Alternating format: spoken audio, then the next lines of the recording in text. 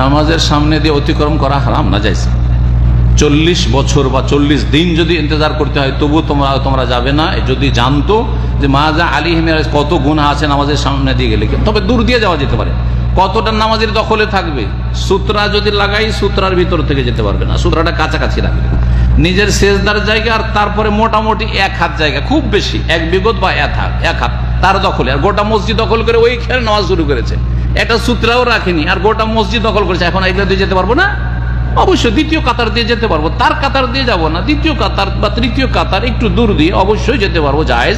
কারণ সে ভুল করেছে, বিনা সূত্রাতে নামাজ পড়ছে, যেটা সুন্নাতের খেলাফ কাজ করেছে। আর তারপরে এইরকম খোলা যায় কেন? একটু আগে সে সুন্নাত শুরু করেন, একটু সাইডে করেন, একটু পিলার টিলার দেখে বা সূত্র একটা লাগিয়ে দেন, দিয়ে সুন্নাত শুরু করেন, ইত্যাদি।